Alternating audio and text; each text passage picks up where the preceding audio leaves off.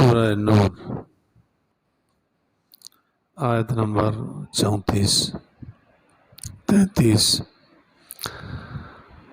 نحمدہ و نصلی علی رسولہ الکریم اما بعد اعوذ باللہ من الشیطان الرجیم بسم اللہ الرحمن الرحیم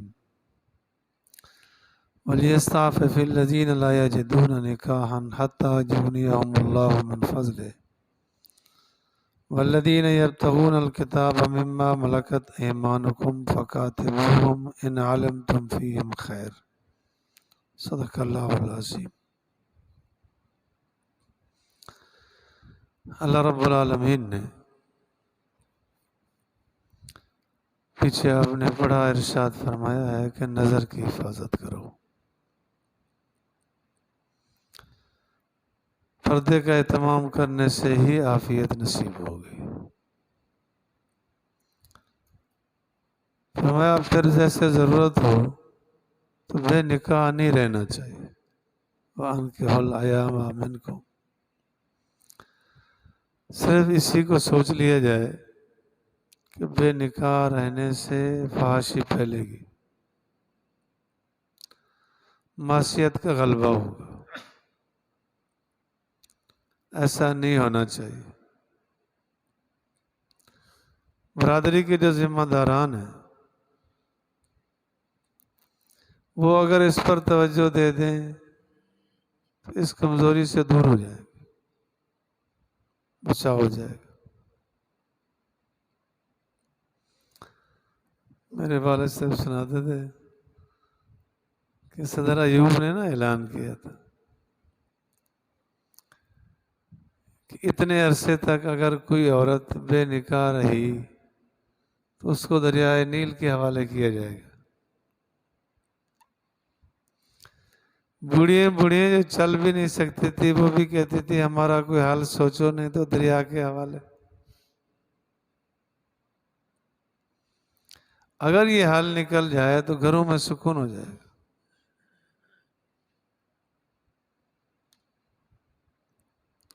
یہ الگ بات ہے کہ آپ علیہ السلام نے یوں بھی فرمایا ہے اگر کوئی عورت بیوہ ہو گئی اور بچوں کی حفاظت کے لیے اپنی زندگی عفت اور پاک دامنی کی گزار دی، حضور علیہ السلام نے فرمایا یہ بھی میرے ساتھ جنت میں ہوگی۔ لیکن اس وقت بہت زیادہ یہ وبا پھیلی ہوئی ہے، نکاح ہوا، ایک بچہ بڑی مشکل سے پیدا ہوا، شوہر فوت ہو گیا اور ہم سے بیٹھے، نکاح کی ضرورت ہی نہیں۔ سوچا جائے اگر ایسی صورتحال ہے کہ رشتہ نہیں بن رہا، پھر اللہ رب العالمین نے تدبیر بتائی کہ انتظار کرو، اللہ تمہیں غنی کر دے گا۔ ایک بچنے کی شکل یہی ہے کہ روزے رکھنے شروع کرو، عفت عصمت اسی میں رہے گی کہ مسلسل روزے رکھے۔ آپ علیہ السلام نے فرمایا روزہ شہوت کو مٹا دیتا ہے، روزے رکھنا شروع کرے۔ جبکہ ایک صحابی نے عرض کیا کہ میں شادی نہیں کروں گا، آپ علیہ السلام نے فرمایا میں نے شادیاں بھی کی ہیں۔ جب نبی باوجود بڑی طاقت کے وہ بھی نکاح بھی کرے، روزے بھی رکھے، تو آپ علیہ السلام نے ترغیب دیا نکاح من سنت، نکاح میری سنت ہے۔ بعض موقعوں پہ واجب بھی ہوتا ہے، فرض بھی ہوتا ہے۔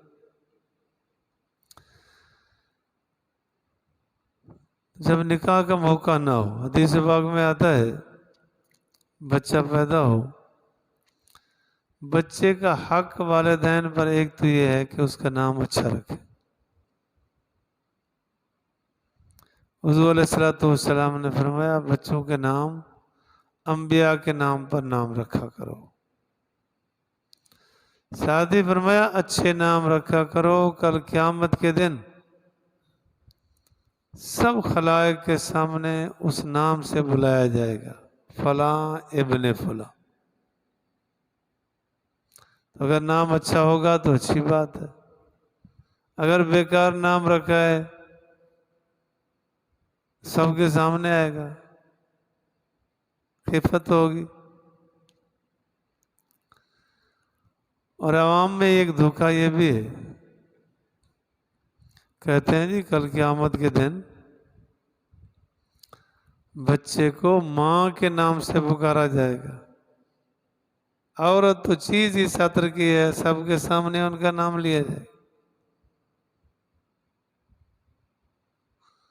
کہتے کیا ہے، او جی مرد کے نطفے کا کوئی پتہ نہیں، ماں کا پیٹ تو یقینی ہے۔ یہ بھی کتنا غلط بات ہے کہ حضور علیہ الصلوۃ والسلام نے تو فرمایا کہ مسئلہ نکاح کا ہے، الولد للفراش، بچہ اسی کا ہوتا ہے جس کا نکاح ہے۔ یہ شک ڈالنے لگا ہے کہ پتہ نہیں اس کا ہے یا نہیں، ماں کا پیٹ کہتا ہے یقینی۔ حضور علیہ الصلوۃ والسلام نے فرمایا کل قیامت کے دن باپ کے نام سے پکارا جائے گا کہ فلاں فلاں کا بیٹا، یہ کہتا ہے نہیں ماں کا پیٹ یقینی ہے، باپ کے نطفے کا کوئی پتہ نہیں، یعنی نکاح بھی مشکوک ہو گئے، باقی کیا بچا۔ دوسرا حق یہ ہے کہ بچے کو تربیت دے، دین سکھلائے۔ تیسرا حق بچے کا یہ ہے کہ اگر وہ شادی کے لائق ہو، رشتہ بنتا ہو، شادی کرے، نہیں کرے گا تو گناہ میں باپ بھی شریک رہے گا۔ اس وقت معاشرے پہ غور کیا جائے، معصیت کا کتنا غلبہ ہے۔ معصیت کی طرف لے جانے کے لیے زبردست کام کر رہا ہے موبائل، یہ بھی بڑے ذرائع مضبوط کرا رہا ہے، معصیت میں مبتلا ہے۔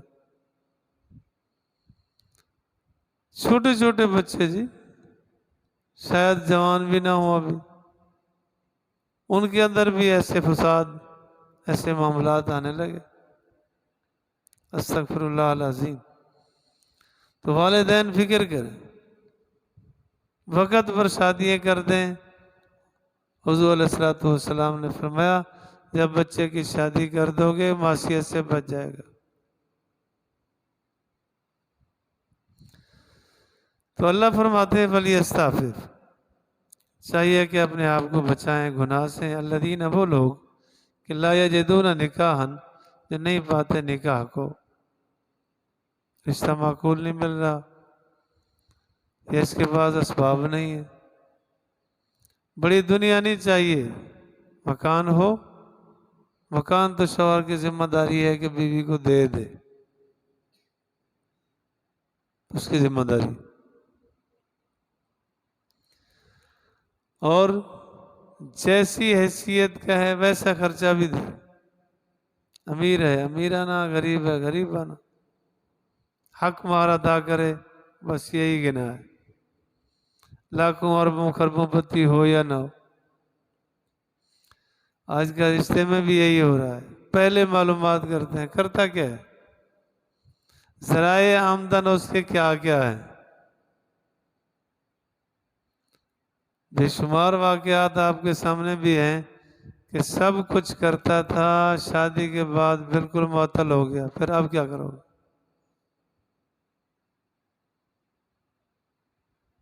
ایسی کوئی آفت آئی، ایسی کوئی بیماری لگی، ایسی کوئی آزمائش آئی کہ سارا مال بک گیا، گھر تک بک گئے، اب کیا کرو گے؟ طلاق لے لیں گے۔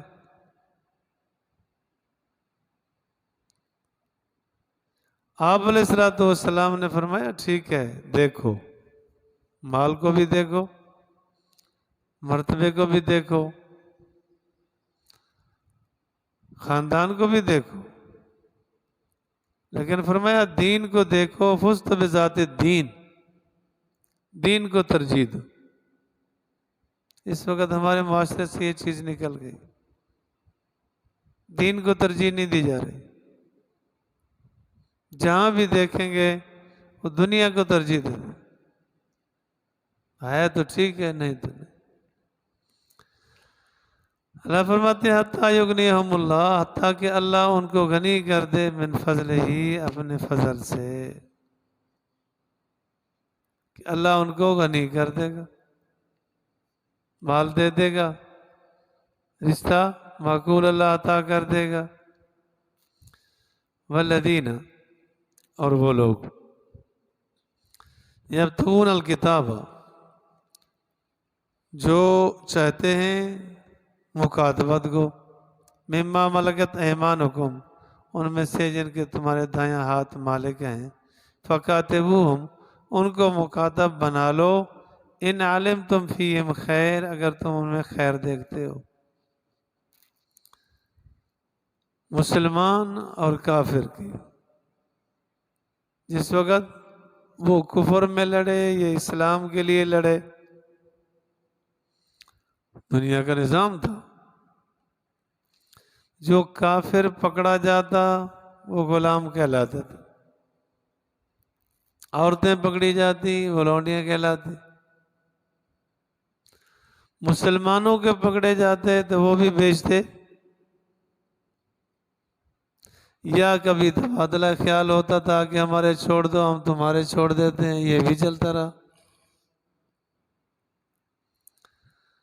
اللہ فرماتے ہیں کہ اگر وہ چاہتے ہیں کہ اتنا پیسے لے لو اور ہمیں آزاد کر دو، غلام کہتے ہیں، اگر تم ان میں خیر دیکھتے ہو، بھلا دیکھتے ہو تو ایسا کر لو۔ یہ اس وقت تھا، اب اسلام کا غلبہ ہو جانے کے بعد پوری دنیا پر کوئی غلام نہیں، حریت کا حکم لگ چکا ہے، آزادی کا حکم لگ چکا۔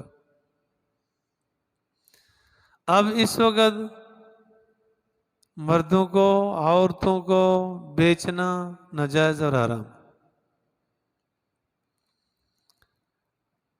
یہ جو عورتوں کی خرید فروخت ہوتی ہے یہ بالکل حرام کا ارتکاب ہے۔ بنگلہ دیشی، برمی، دوسرے کوئی بھی اگر وہ قیمتاً بیچتے ہیں بالکل حرام کرتے ہیں، پیسہ ناجائز ہے، بیچنا جائز نہیں ہے، آزاد کی بیع جائز نہیں۔ ان کو اگر ایسا کرتے ہیں بہتر نہیں ہے۔ تو اللہ فرماتے ہیں اگر وہ چاہتے ہیں تو ان کو آزاد کر دو، وہ مال کتابت ادا کریں گے۔ اس کے چھڑانے کے لیے، آزادی کے لیے اگر ضرورت ہے تو ٹھیک ہے، مالی تعاون بھی دوسرے تیسرے کر لیں اس کا۔ وَآتُوهُمْ، ان کو دو، من مال اللہ، اللہ کے مال سے، الذی آتاکم، جو اللہ نے تم کو دیے، یہ مال ان کو دو۔ وہ مال کتابت ادا کریں گے، غلامی کے داغ سے نکلیں گے۔ وہ دور غلامی کا تو ختم ہو گیا، لیکن اب ذہنی غلامی آ گئی، ایک کا در چھوڑ کر ہم ہو گئے لاکھوں کے غلام۔ ہم نے اپنی آزادی اور فکر نہ سوچا کوئی انجام، بندے اور جکڑے پڑے، کوئی آزادی نہیں، غلاموں سے بھی زیادہ غلام اور مفلوج ہیں۔ دنیا میں جو نظام چلتا ہے سرمایہ دارانہ نظام ہے، یا دوسرا اشتراکیت کا نظام چلاتے ہیں، اس میں بھی اللہ رب العالمین نے پابند نہیں کیا کہ سرمایہ دارانہ نظام میں یہ ہے کہ جو چاہو جیسے چاہو حلال حرام سارا اکٹھا کر کے سرمایہ بناؤ، نہیں، ایسا نہیں۔ اس نے شریعت نے پابندیاں رکھی، سرمایہ اکٹھا کرو لیکن شریعت کے دائرے میں۔ جینے کے حلال حرام کی ساری سرحدات توڑ کے سرمایہ ہونا چاہیے، سرمایہ ہونا چاہیے۔ دوسرے بالکل چلے گئے اشتراکیت پر، دعویٰ کرنے لگے زن زر مشترک۔ یہ صرف زبانی دعویٰ ان کا تھا، حقیقت ان کی کچھ بھی نہیں تھی۔ دوسرے کو کھانے کو کچھ نہیں ملتا، سواری کے لیے گدھا نہیں ہے، وہ جہازوں پہ چڑھتے ہیں، دعویٰ یہ ہے کہ ہم مشترک ہیں، برابر برابر، ہر چیز میں برابر ہیں، جتنا مار میلہ ہے اتنا اس کا ہے، برابر کا ہے۔ کیا دیتے ہیں ان کو؟ کچھ بھی نہیں ہوتا۔ اللہ تعالیٰ نے جو حدود اور قیود رکھے ہیں اسی میں ہی بھلا اور خیر ہے۔ آگے منافقین کا ایک سردار تھا عبداللہ ابن ابی ابن سلول، اس کا کام بھی فساد کا عروج پر تھا، اوروں کے کام بھی چلے تھے، لونڈیاں رکھی تھی، ان کو صرف اس لیے رکھا ہوا تھا، 11-15 اس نے رکھی ہوئی تھی کہ ان کا صرف یہی کام ہے کہ زنا کرائیں، پیسہ کٹا لائیں، بس۔ ان میں سے کچھ مسلمان بھی ہو گئی، لیکن وہ مجبور کرتا تھا، پیسہ چاہیے مجھے۔ انہوں نے حضور علیہ السلام سے شکایت کی کہ وہ اس پہ ہمیں مجبور کرتا ہے۔ اگر یہ فعل عبداللہ ابن ابی ابن سلول منافقین کے سردار نے کیا تو برا ہے، اگر آج ہمارا معاشرہ کرے تو برا نہیں۔ ہمارے معاشرے میں بھی ایسے بدبخت لوگ موجود ہیں کہ بیویوں کو کہتے ہیں بس ہمیں پیسہ چاہیے، جدھر سے لاؤ پیسہ چاہیے، زنا کرا کے لاؤ یا بھیک مانگ کے لاؤ، پیسہ چاہیے۔ استغفر اللہ العظیم، بہت گندی سوچ ہے۔ اللہ تعالیٰ نے یہ منع فرما دیا، وَلَا تُكْرِهُوا فَتَيَاتِكُمْ، نہ مجبور کرو اپنے لونڈیوں کو عَلَى الْبِغَاء، زنا پر۔ ان اردنا، اگر ارادہ رکھتی ہیں پاک دامنی کا، لِتَبْتَغُوا عَرَضَ الْحَيَاةِ الدُّنْيَا، تاکہ تم ڈھونڈو دنیا کے سامان کو، وَمَنْ يُكْرِهُنَّ، اور جو اس کو مجبور ناپسند سمجھے، بے شک اللہ من بعد اکراہہن، ان کے مجبور ہونے کے بعد غفور الرحیم، بخشنے والا، رحم کرنے والا ہے۔ آپ علیہ السلام کی خدمت میں ایک مرد عورت پیش کیے گئے کہ انہوں نے غلط کاری کی ہے۔ عورت سے جب پوچھا گیا تو انہوں نے کہا کہ جی مجھے اس طرح اس طرح اس طرح مجبور کر دیا گیا۔ آپ علیہ السلام نے اس پہ حد جاری نہیں کی، مرد نے اقرار کر لیا، اس پہ حد جاری ہو گئی۔ اگر کوئی ایسی کیفیت ہے تو وہ عند اللہ معذور ہوگی، لیکن شریعت نے اجازت دی ہے کہ اگر کسی عورت کی عزت کا مسئلہ بنا، وہ چھلانگ لگا دے، مر جائے، اپنے پہ چھری چلا دے، مر جائے، جو شکل اختیار کر کے مر گئی وہ شہید ہے، حرام موت نہیں۔ اپنی عزت عصمت کا مسئلہ اس نے سوچا، اگر کنویں میں چھلانگ لگا دی بس شہید ہو جائے، عزت بچائے۔ عزت عصمت اتنا اہم مسئلہ ہے، پورا خاندان، پوری برادری سب داغدار ہو جاتی، نسل باقی نہیں رہتی، خاندان باقی نہیں رہتا۔ الزنا یخرج البنا، زنا نسلوں کو برباد کر دیتا ہے۔ اللہ فرماتے ہیں جو وہ مجبور ہیں، ان کی مجبوری کے بعد اللہ بخشنے والا، رحم کرنے والا ہے۔ اللہ رب العالمین مجھے اور آپ کو دین کی سمجھ اور فہم نصیب فرمائے، ہر قسم کے آفات سے، گناہوں سے اللہ ہماری حفاظت فرمائے۔